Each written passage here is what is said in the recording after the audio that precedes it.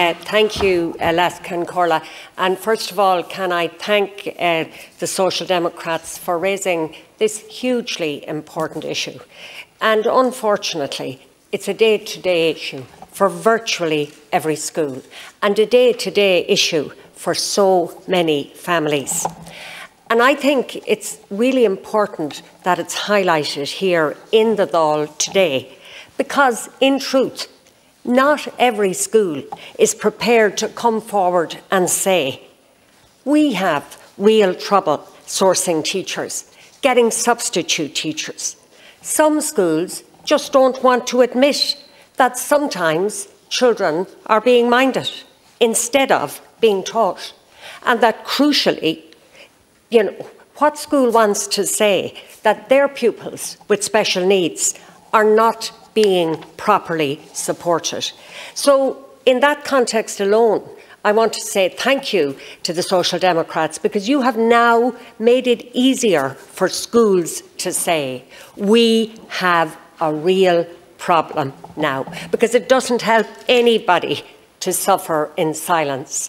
And once schools can see that other schools have the same issues, and they know it anyway, because principals speak, teachers speak, but once it is recognised that this is a national problem and that it's not confined to one or two schools, then I think we have a better chance of finding solutions. Now, the Minister herself has come forward with some positive suggestions, and I think maybe some of her proposals will make a difference in the short term.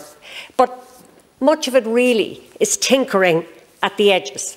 What we need to look at is some structural changes here. And I think the proposals in this motion are what she needs to be looking at, because they are designed to provide solutions in the medium to long term, with one or two short-term proposals also. First of all, I think we absolutely need permanent full-time jobs to be given to teachers on their first appointment if that job is available.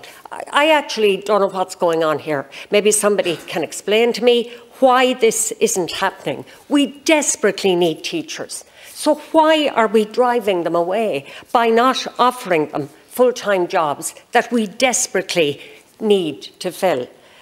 When I started teaching, and that's a long, long time ago, I got a full-time job day one, and all of the people who taught with me got a full-time job day one. So I don't know what's happening here, and I don't know where this is coming from, but I'm telling you, it needs to stop. I mean, how are teachers supposed to plan for a life, or to try and look at maybe getting a mortgage or whatever they want to do? They just can't.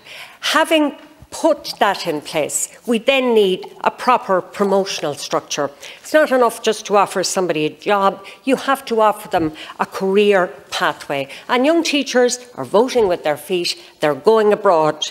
If they were offered decent employment, and what I mean by decent employment is a full-time job with real promotional prospects, then more and more of those teachers would stay. Not all of them, but more and more.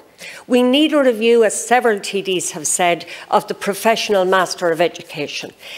Very significant costs involved here, over €10,000, and that's stopping people taking that pathway. Another practical step that can be taken is to eliminate delays when it comes to the re-registration of teachers with the Teaching Council. I mean, that's not rocket science. It's an administrative issue and can be dealt with. And I would also suggest to the Minister that for those who've taught abroad outside the EU, that she would recognise their years of service if they want to come back here and teach. I think that will help attract more of them back.